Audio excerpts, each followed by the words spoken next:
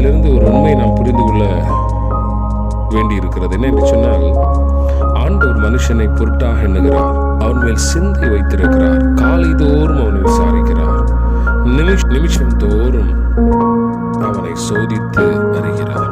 அவன் அருமையான தேவனுடைய பிள்ளைகளே, இந்த உலக வாழ்க்கையில் நிறைய நேரங்களில் நம்ம யோசிக்கிற ஒரு விஷயம், ஆண்டவரை என்னை யாரும் பொருட்டாக எண்ணவில்லை, என் மேல சிந்தை வைக்கவில்லை அப்படின்னு எல்லாம் சொல்லி யோசிப்போம்.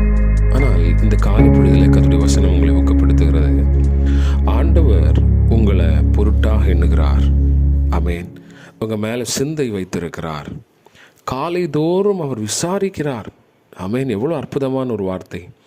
இந்த காலை பொழுதில் தேவ சமூகத்தில் ஒரு விஷயத்தினை புரிந்து கொள்ள வேண்டும். கர்த்தர் என்னை விசாரிக்கிறவராக இருக்கிறார். அப்படி என்று சொன்னால், விசாரிக்கிறேன்னு சொன்னால் உனக்கு என்ன தேவை, என்ன இருக்குது, நீ என்ன பிரச்சனையில் இருக்கிற, எப்படி இருந்து கொண்டிருக்கிற, இவன் எப்படி இருக்கிறான், இவைகள் எல்லாவற்றையும் ஆண்டவர் அறிந்து விசாரிக்கிறார். நீங்கள் ஆண்டவர்கிட்ட கேளுங்க, ஆண்டவரை காலை தோறும் என்னை விசாரிக்கிறதற்காக ஸ்தோத்திரம், நிமிஷம் தோறும் அவனை சோதித்து அறிகிறார்.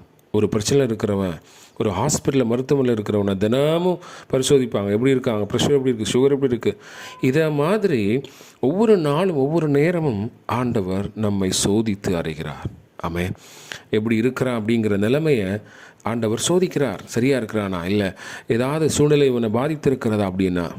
ஆகவே இந்த காலப்பொழுதில் கர்த்தாவே, நீர் என்னை விசாரிக்கிறேன், ஆண்டவரே நீர் என்னை சோதிக்கிறதற்காக ஸ்தோத்திரம் என்று சொல்லி தேவ சமூகத்தில் நம்மை ஒப்புக் கொடுப்போம். ஆமென். அவர் நம்மை பொருட்டாக எண்ணுகிறார், நம்ம சிந்தை வைத்திருக்கிறார், நம்ம விசாரிக்கிறார், சோதித்தருகிறார். இதுக்கு மேலே என்ன வேணும்? ஆமென். மனுஷனை பார்க்காதீங்க, சூழ்நிலையை பார்க்காதீங்க. கர்த்தாவே, உம்முடைய அன்பிற்காக ஸ்தோத்திரம். என்னை ஒரு பொருட்டாக நீ இருக்கிறீரே, என் மேலும் சிந்தை வைத்திருக்கிறீர், என்னை விசாரிக்கிறீரே, என்னையும் சோதிக்கிறீரே, அதற்காக ஸ்தோத்திரம். கிருபையுள்ள ஆண்டவரே, இந்த காலை பொழுதுக்காக நன்றி. கர்த்தர் தொடர்ந்து எங்களை நடத்துவீராக. ஆண்டவராகிய இயேசு கிறிஸ்துவ நாமத்தில் ஜெபித்து உம்முடைய கரங்களை ஒப்புக் கொடுக்கிறோம். ஜெபங்கள் நல்ல பிதாவே. ஆமென். ஆமென். God bless you.